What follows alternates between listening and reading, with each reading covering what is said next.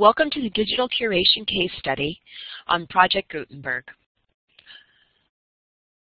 The group is composed of Mina, Andrea, Guzzetti, and Schilperoort. This project is created for Library 284 for the Spring 2015 semester. Project Gutenberg is a digital library and the first producer of free ebooks. Although ebooks digitized from public domain books form the majority of Project Gutenberg's collection, the project also offers smaller selections of audiobooks, DVDs, CDs, sheet music, and self-published ebooks. Most importantly, Project Gutenberg's entire collection is free, with unlimited restrictions as long as intellectual property rules are respected. Michael Hart founded Project Gutenberg in 1971 when he was given an operator's account with $100 million of computer time in it by the operators of the Xerox Sigma 5 mainframe at the Materials Research Lab at the University of Illinois. On July 4th of 1971, Hart chose the Declaration of Independence as the first document to digitize and distribute to the masses by simply typing out the document and making it available online. From there, he proceeded to add the Bill of Rights and the U.S. Constitution, and then classic literary texts like the Bible, works of Shakespeare, and Lewis Carroll's Alice in Wonderland.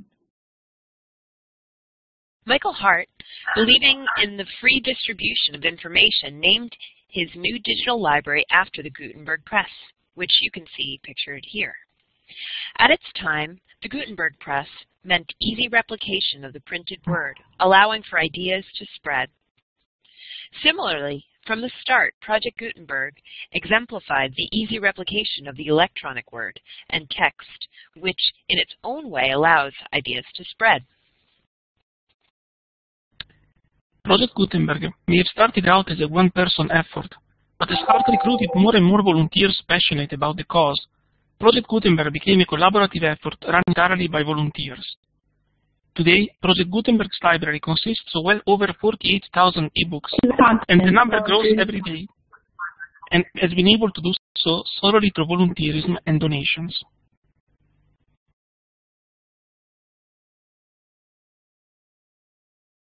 Content, volunteers create an account and submit through appropriate submission page, where they will be prompted to conduct a series of required checks: spelling, punctuation, text formatting, code, and EPUB conversion validation before uploading the final product.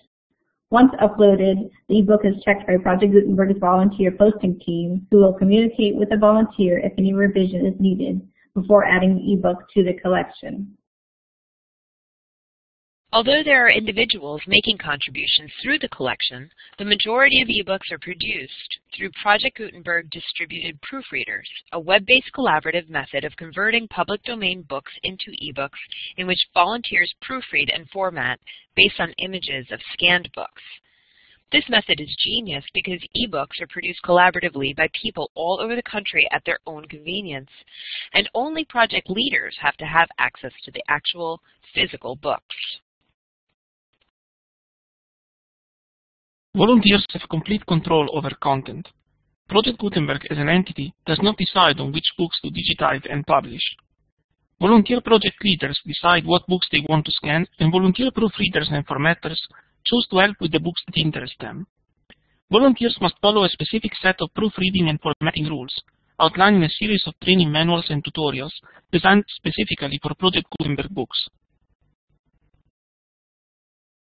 Project Gutenberg takes intellectual property rights very seriously. Before proceeding with digitization, volunteers, both individuals and those from the distributed proofreaders, must submit scans of the text for copyright clearance, which is checked by a trusted team of volunteers. In accordance with the collection principles outlined by the NISO framework, Project Gutenberg has an explicitly defined collection policy, only public domain ebooks. And the substantial process of copyright clearance demonstrates a deep respect for intellectual property rights. From the outset, Project Gutenberg embraced interoperability and ease of access through the use of open source file formats. One of Project Gutenberg's hard and fast rules is the requirement of 7-bit ASCII plain text. Whether they are digitized now or they were digitized 30 years ago, all the books are captured in plain vanilla ASCII, the original 7-bit ASCII, with the same formatting rules, so they can be read easily by any machine, operating system, or software, including on a PDA, a cell phone, or an e-book reader. Other optional formats include HTML, XML, PGTEI, RTF, EPUB, Kindle, and PDF. In accordance with NISO, materials are freely available to download without a fee and through widely accessible text formats that can be read on various devices. The cool thing about the Project Gutenberg website is that it is a wiki which volunteer account holders can edit and to which can add content, including bookshelves, catalog records, book reviews, author biographies, book listings, and more. Some pages, like the home page, are locked. Only a special team of Project Gutenberg volunteer managers can edit them. Project Gutenberg welcomes the creation of mirror sites, a fact which illustrates the non-proprietary nature of the collection itself. The replica sites provide additional points of access on different servers in order to improve availability and access speeds, as well as sites in other languages. Project Gutenberg is known for having limited rules for content development and ingestion procedures, which has attracted many volunteers, resulting in exponential growth of the collection. This has also resulted in limitations, especially when compared to the NISO framework of guidance for building good digital collections. According to Michael Hart, plain vanilla ASCII is the best format for access and longevity. Quote, "The major point of all this is that years from now, Project Gutenberg e-texts are still going to be viable, but program after program and operating system after operating system are going to go the way of the dinosaur, as will all those pieces of hardware running them." End quote. This is true to some extent, but access is not the same as preservation. According to the NISO framework, the ideal format for master files of machine-readable texts should be, quote, "marked up texts generally within an established XML schema or DTD, for example, TEI or TEI Lite," end quote. TEI encoding practices, especially within the TEI header, ensure that all essential information such as bibliographic metadata, as well as details about the source material and revision history are documented, resulting in a more reliable and accurate master file containing more meaningful data, all of which are lacking in the Project Gutenberg collection and metadata records. Another limitation of plain text is the lack of attractiveness due to the simple utilitarian nature and lack of aesthetics. The lack of formatting and of images makes the books less attractive than their commercial counterparts. This in itself inhibits the attraction of younger readers especially. Project Gutenberg metadata records are automatically generated upon publication. Many automatically generated records are incomplete and have to be revised by volunteer catalogers. A national metadata standard such as Dublin Core, for example, is not used. Library of Congress classification and authorities are encouraged but not required upon publication. Perhaps the biggest limitation of Project Gutenberg metadata is the lack of explicit information of the source material. For example, the record note for James Joyce's Ulysses acknowledges that the ebook is based on pre-1923 print editions, but does not specify or give the bibliographic information of the exact editions scanned. And the record for Mary Shelley's Frankenstein does not even mention the source material at all. The Project Gutenberg website, hosted by iBiblio.org, is outdated in appearance with less than perfect navigation. Although the searching and browsing options for locating books are adequate, one has to do a lot of exploring to find the relevant information about Project Gutenberg in the various how-tos and FAQs.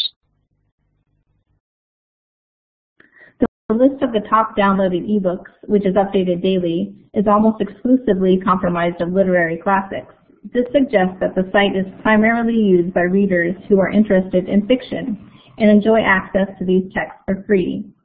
Scholars and other specialized audiences may have less interest in Project Gutenberg text as they are limited to plain text digital works.